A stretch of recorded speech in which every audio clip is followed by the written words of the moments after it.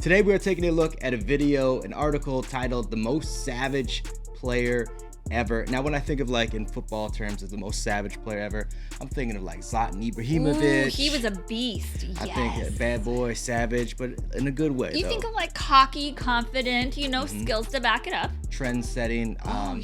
Those are the terms that come to my mind when I think of a savage, just a beast. There are few areas in life where you find as many mavericks and rebels as in sports. The best athletes in the world often have a knack for being different. They do. Probably that's part of what makes them the best. But Yes. even among this different breed, there is one athlete that stands out. At the '74 World Cup final, all players were wearing Adidas uniforms. All except one. Johan Cruyff refused to wear a kit with 3 stripes. It might be the biggest example of player marketing power in history. It was a move that risked his whole career and ultimately changed the way the sports industry works today. Welcome to Athletic Interest and the story of Johan Cruyff. Yeah, that is weird. I can't understand why he would not want to wear the 3 stripes. Our story begins in Amsterdam at the Johan Cruyff Arena. There is a good reason for its name. Johan Cruyff was born just a few miles away from here and became the most celebrated Dutch footballer ever.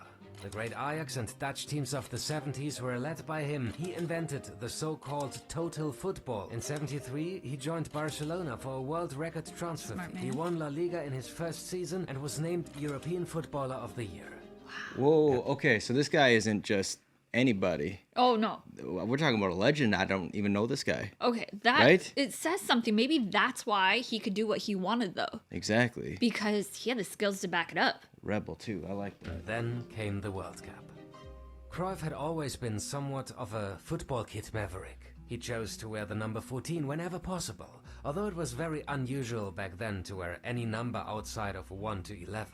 But his famous 2-striped shirt that he wore at the World Cup might be the most memorable commercial dispute in football history. You see, the '74 World Cup final between the Netherlands and Germany was not just a clash of opposing football philosophies. It was also the meeting of 2 teams wearing Adidas uniforms. 2 teams, minus 1 stubborn Dutchman. Cruyff had removed 1 stripe from his shirt, and Adidas was not happy about it at all. The brand had signed its first kit deal with the Dutch FA before the tournament. However, Cruyff had an exclusive deal with Puma and refused to wear Adidas. There it is. He's a man of his word, though. The kit may belong to the Dutch FA, the head sticking out of it is still his. Take a moment to think about how bold this is. Imagine Messi refusing to wear a Barcelona shirt and stitching 3 stripes on it. From today's standard, it seems ridiculous. Obviously, Puma loved it and capitalized on it. Well, of course. They told the story that Cruyff hated Adidas and chose Puma because it was in his DNA and not because of money. The rebel brand and the rebel player. It shows how considerate and business-savvy Cruyff was already back then. Yes. And one more thing. In the 4 years leading to the World Cup, Dutch teams had won the European Cup. Ajax alone 3 times in a row. Add his world record transfer to Barcelona and winning the Ballon d'Or. And it means that Cruyff was at the peak of his power, and very aware of this. That's why he got his way, and eventually was allowed to remove the 3rd stripe. Wow. He's earned that, though. This is what it was all about. Power. To be precise, a battle for power, between athletes, teams, and brands. It's a battle that runs through the history of sports. Well, the modern history at least. To understand the significance, we need to break down how sports marketing deals work. It all starts with visibility.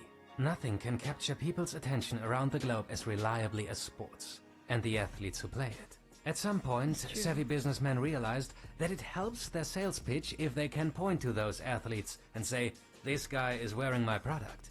If people see the best athletes in the world wearing it, chances are high that they want to buy the same product for themselves. Oh, absolutely. And that's just the most straightforward marketing effect.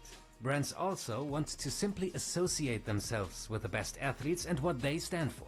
Even if it doesn't immediately affect their sales, it helps build their brand. What's very important to understand is one particular detail in those marketing contracts. Usually, brands are not paying an athlete to perform their sport. They are paying for visibility. That is the currency. And ultimately, this leads to conflicts of interest, because it raises the question of who owns all the valuable real estate that can be found at a sporting event. Are the banners at the World Cup owned by FIFA or the host city that owns the stadium? Is the interview wall owned by the broadcaster or also by FIFA? And what about personal stuff? Who owns the right to the shirts, shoes and underpants? All these questions eventually need to be settled in contracts and court cases. And since the sports industry is still comparatively young, there are some hilarious stories to tell. Because everyone wants to spread a different message. Some belong to Jesus, some want you to keep calm, and some are asking serious questions.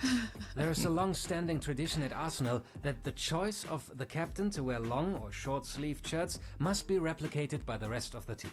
This is a directive Arsenal players have respected since the 1920s, until Mathieu Flamini decided to take a pair of scissors to his shirts. It gets even more controversial when players and brands combine their forces. Like Ian Wright with this Nike-sponsored goal celebration. And what's up with players thinking they are superheroes? In 2017, Aubameyang celebrated in a mask to promote the Nike campaign, The Masked Finisher. Dortmund bosses were furious, calling the behavior unworthy of a big corporation, and fined Aubameyang with 50,000 euros. Because Dortmund is sponsored by Puma. All these disputes are just regarding shirts and masks. We didn't even get started on shoes. We'll save those stories for another video. Ooh, but that here's is an a interesting little one. appetizer. Stan Bowles of the Queen's Park Rangers. In 1974, Bowles had been selected for England and ready to collect his £200 bonus from his boot supplier Gola. However, before the game, he was approached by Adidas to wear their boots for £250. So Bowles did the only logical thing.